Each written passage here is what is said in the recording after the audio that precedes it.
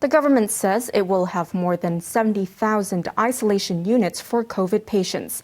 It adds that a ban on flights from 9 countries will remain in force until after the 5th wave. Maisie Mock reports. Chief Executive Carrie Lam, who was chairing the second of her daily COVID briefings, said the time is not right to lift the ban on flights from 9 countries as Hong Kong is at a critical juncture in fighting the epidemic. A lot of people will rush to come back, and inevitably among some of those people there will be infected cases. There may even be critically ill cases arising from the returns. And that will add a lot of pressure to our public hospital system.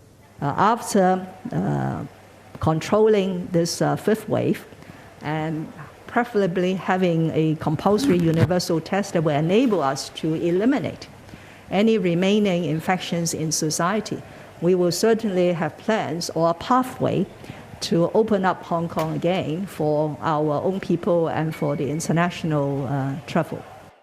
At the briefing, the government said it expects to have more than 70,000 isolation units or beds for people with COVID. That's 20 times more than at the beginning of the 5th wave. Around 50,000 units will be available in facilities built on 9 sites, including the Lok Ma Chau Loop, where a hospital for emergency use will be constructed. Infected people can also be quarantined in newly built public housing blocks, hotels, and transitional housing. Secretary for Security Chris Tang said over 18,000 isolation units or beds managed by his bureau reached an occupancy rate of 40% as of last night.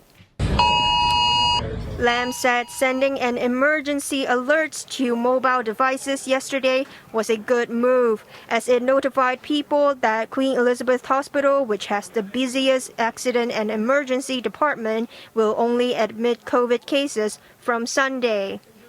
Maisie Mock, HKIBC.